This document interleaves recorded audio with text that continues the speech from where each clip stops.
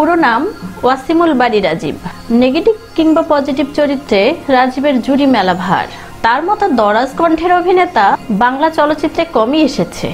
Villain হিসেবে রাজীব পরিচিত হলেও কার্যত তিনি ছিলেন একজন জাত অভিনেতা।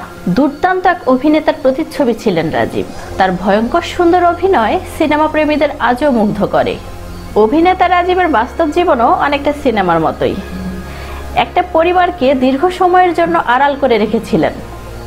রাজীবের দ্বিতীয় স্ত্রী ইসমত আরা রাজীব ওরফে দেবী গাফফারের কথা সবাই জানলেও প্রথম স্ত্রীর কথা বলতে গেলে কেউই জানতেন না। এই ভিডিওর মাধ্যমে আমরা দেখাতে চলেছি রাজীবের প্রথম স্ত্রী সন্তানদের কথা। ভিডিওটি শুরু থেকে শেষ পর্যন্ত দেখলে জানতে পারবেন বাংলা চলচ্চিত্রের এক সময়কার দুর্ধর্ষ ভিলেন রাজীবের প্রথম স্ত্রী সন্তান এখন কোথায় কি করছেন। তিতাস গ্যাস কোম্পানিতে চাকরি করা রাজীব নায়ক হওয়ার সুপ্ত বাসনা নিয়ে চলচ্চিত্রে পা রেখেছিলেন 1981 সালে। তার সেই বাসনা সত্যি হয়েছিল 1982 সালে খোকন সোনা সিনেমার নায়ক হিসেবে অভিনয়ের মধ্য দিয়ে। তবে নায়ক হিসেবে চলচ্চিত্রে নাম করতে পারেননি, বরং দর্শকদের সামনে ভয়ঙ্কর ভিলেন হিসেবে সুনাম কুড়িয়েছেন রাজীব। 1992 সালে দাঙ্গা সিনেমাটি রাজীবের ক্যারিয়ারের মোড় ঘুরিয়ে দিয়েছিল। এই ছবিতে জনপ্রিয় পরিচালক কাজী হায়াত যেভাবে রাজীবকে উপস্থাপন করেছিলেন সেটি এখনো ভয়ঙ্কর রাজীবের কথাই মনে করিয়ে দেয়। দাঙ্গা সিনেমায় রাজীবের সেই বিখ্যাত ওসি মাইন্ড করলাম ডায়ালগটি সবার মুখে মুখে ছড়িয়েছিল।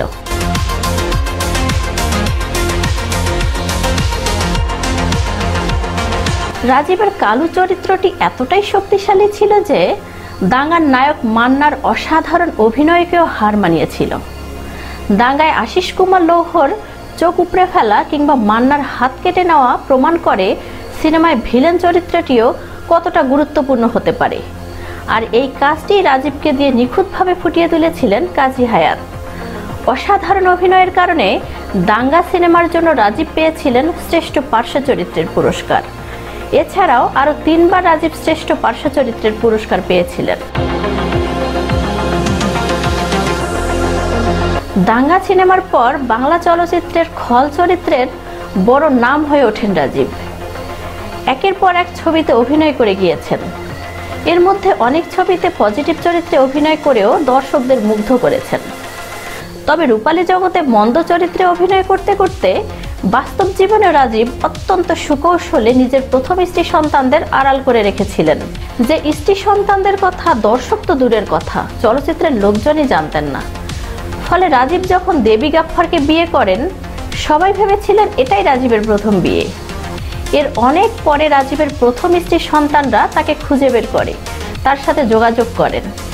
তারপরেও নিজের স্ট্যাটাস বজায় রাখতে প্রথম বিয়ের সন্তান সহ প্রায় সবকিছুই আড়াল করে গিয়েছেন রাজীব। প্রথম স্ত্রীর ঘরে রাজীবের 2 ছেলের নাম মাসুদ ও মামুন। বড় ছেলে মাসুদ পটুয়াখালীর দুমকিতে কাপড়ের ব্যবসা করে কোনো মতে জীবন পার করছেন। মাসুদের অভিযোগ বাবার রেখে যাওয়া সম্পত্তির খুব সামান্যই তারা পেয়েছেন। রাজীব দ্বিতীয় বিয়ে করলে অনেকদিন প্রথম স্ত্রী সন্তানদের সঙ্গে তার কোনো যোগাযোগই ছিল না।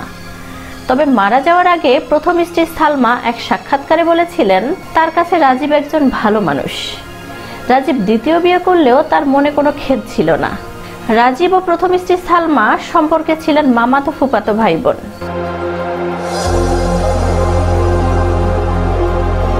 রাজীবের দ্বিতীয় স্ত্রী দেবী গাফফার থাকেন ঢাকার উত্তরায়। 2 মেয়ে 1 ছেলেকে নিয়ে রাজীবের বাড়িতেই থাকেন। 1996 সালে নৌকাডুবিতে মারা যান রাজীবের যমজ 2 ছেলে জয় ও বিজয়। দ্বিতীয় স্ত্রীর ছেলে দীপ ইতিমধ্যেই বিয়ে করেছেন। দীপের ছোট 2 বোন রাইসা ও রানিসা, তারা ইংলিশ মিডিয়ামে লেখাপড়া করেছেন।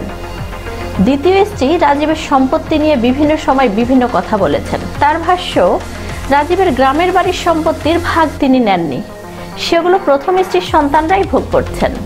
তবে প্রথম স্ত্রীর সন্তানরা জানিয়েছেন রাজীবের ঢাকায় রেখে যাওয়া সম্পত্তির কোনো অংশই তারা পাননি, সবই ভোগ করছেন দ্বিতীয় স্ত্রী ও তার সন্তানেরা।